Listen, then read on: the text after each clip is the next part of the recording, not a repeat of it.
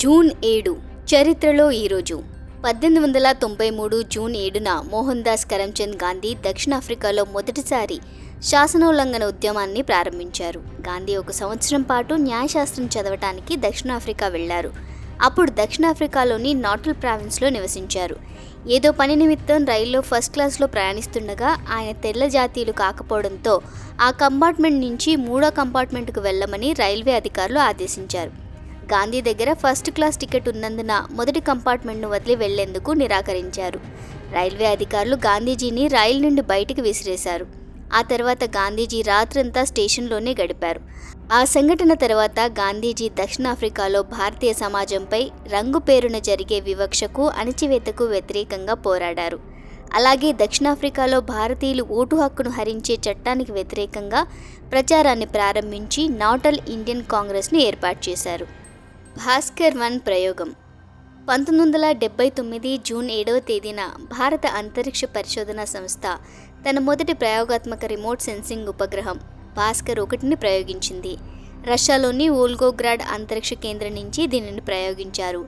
భారత్ తొలి ప్రయత్నంలోనే విజయం సాధించింది.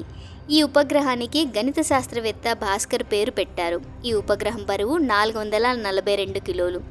TV, camera, 3 band satellite microwave రేడియోమీటర్తో అమర్చబడింది. ఇది తక్కువ భూమి కక్షలో ఉంచబడింది.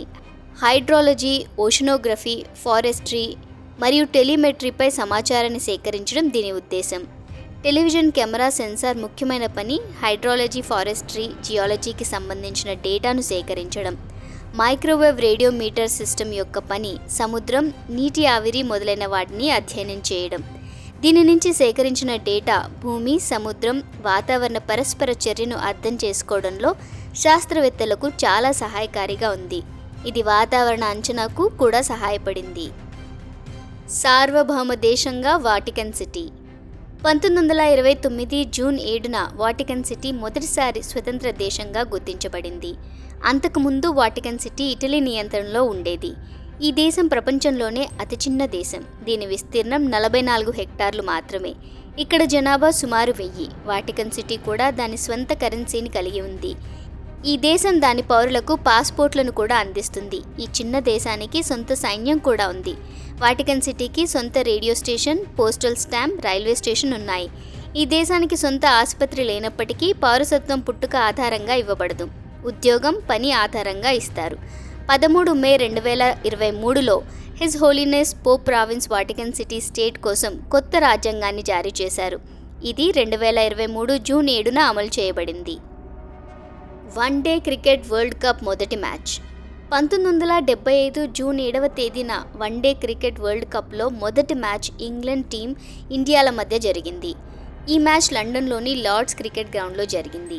ఈ ప్రపంచ కప్లో 60 ఓవర్ల పాటు మ్యాచ్ జరిగింది. ఈ మ్యాచ్లో England captain Mike Dennis toss గెలిచి ముందుగా బ్యాటింగ్ ఎంచుకున్నారు.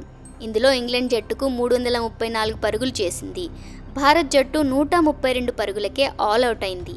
ఈ మ్యాచ్లో భారత్ జట్టు 3 వికెట్లు మాత్రమే పోగొట్టుకుంది. విశ్వనాథ్ 37 పరుగులు, సునీల్ గవాస్కర్ 36, అంశుమన్ గైక్వాడ్ 22, బ్రజేష్ పటేల్ 16 పరుగులు మాత్రమే చేశారు. ఈ మ్యాచ్లో ఇంగ్లాండ్ 202 పరుగుల తేడాతో విజయం సాధించింది. ఈ మ్యాచ్ తర్వాత సునీల్ గవాస్కర్ వివాదాల్లో చిక్కుకున్నారు. తనకు మ్యాచ్ గెలవాలని లేదని, అందుకే మ్యాచ్ సరిగ్గా ఆడలేదని సునీల్ గవాస్కర్ గురించి చెప్పుకొచ్చారు.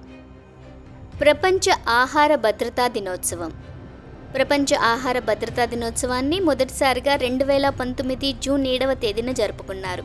ప్రతి సంవత్సరం 600 మిలియన్ల ఆహార సంబంధిత వ్యాధులు నమోదవుతున్నాయి. అలాగే అనేక మరణాలు కూడా. కలుషిత లేదా అసురక్షిత ఆహారం వల్ల పెరుగుతున్న ముప్పు దృష్ట్యా ఐక్యరాజ్యసమితి, ప్రపంచ ఆరోగ్య సంస్థ, ఆహార మరియు వ్యవసాయ సంస్థలు ఈ దినోత్సవాన్ని జరుపుకోవాలని సంయుక్తంగా నిర్ణయం తీసుకున్నాయి.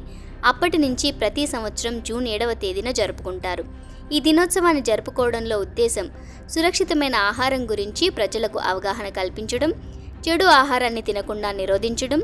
ఎందుకంటే అసురక్షిత ఆహారం వల్ల అనేక ఆరోగ్య సంబంధిత వ్యాధులు వచ్చే ప్రమాదం ఉంది.